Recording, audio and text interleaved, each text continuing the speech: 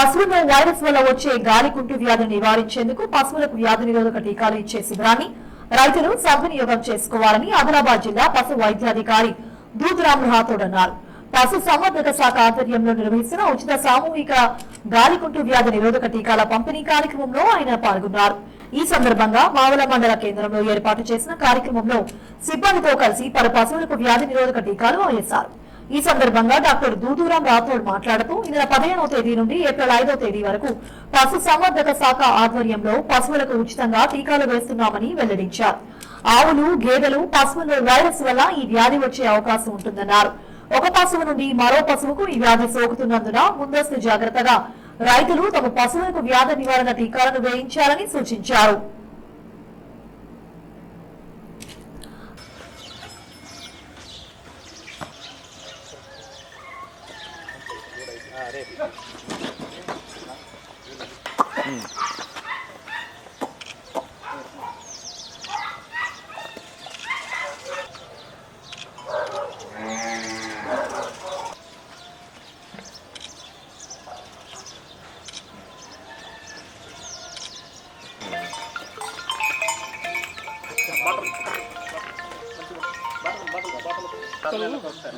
Virus తీసేది sir, ఒకదానికి వస్తే అన్నింటికి వస్తుంది.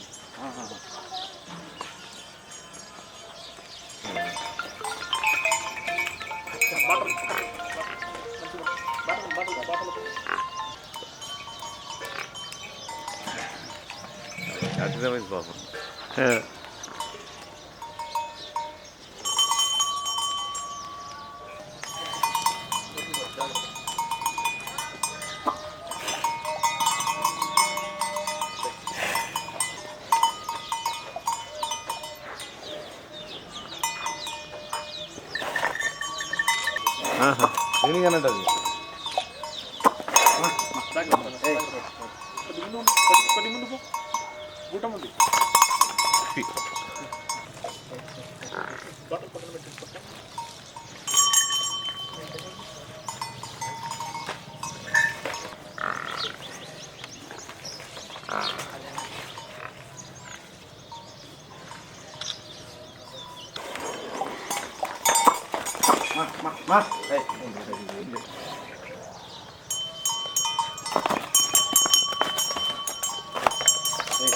పశు సంవర్ధక శాఖ ఆదిలాబాద్ వారి ఆధ్వర్యంలో గత 15వ తారీఖు మార్చి నుంచి ఏప్రిల్ 5వ తారీఖు వరకు ఈ గాలికుంటు వ్యాధి నివారణ టీకాల కార్యక్రమం ఏర్పాటు చేయడం జరిగింది.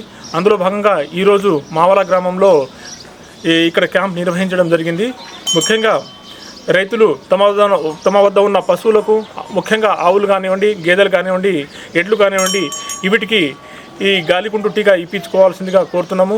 ఈ కార్యక్రమము ఏప్రిల్ 5వ తేదీ వరకు కొనసాగుతుంది కాబట్టి మండలంలోని ప్రతి రైతులు మా యొక్క సిబ్బంది వచ్చిన తర్వాత వాళ్ళకి సహకరించి టీకాలు ఇప్పించుకోవాల్సిందిగా కోరుతున్నాము. ముఖ్యంగా ఈ గాలికుంటు వ్యాధి యొక్క ముఖ్య లక్షణం ఏంటంటే ఇది వైరస్ వల్ల వచ్చే వ్యాధి కాబట్టి ఒక పశువు నుంచి ఇంకో పశువుకు సోకే అవకాశాలు ఉంటాయి. కాబట్టి ముఖ్యంగా ఆవులు, ప్రెగ్నెంట్ ఆవులు కానివ్వండి, గేదెలు కానివ్వండి, ఈ వ్యాధి వచ్చిన ఎడల అబార్షన్ అయ్యే అవకాశాలు ఉంటాయి. కాబట్టి ముందు జాగ్రత్త చర్యగా ఈ టీకాలను ఇస్తున్నాము. తర్వాత ఈ యొక్క ముఖ్య లక్షణం ఏంటంటే కాళ్ళ లోపల, డెక్కల లోపల పురుగులు పడడము, నోటి లోపల పుండ్లు ఏర్పడము, మేత మేయకపోవడము జరుగుతుంది. కాబట్టి ముఖ్యంగా ఎటువంటి మరణాలు సంభవించదు. కాకపోతే మార్బిడిటీ రేట్ ఎక్కువ ఉంటుంది. కాబట్టి పాలిచ్చే పశువులకు పాల దిగుబడి తక్కువ అయ్యే అవకాశాలు ఉంటాయి.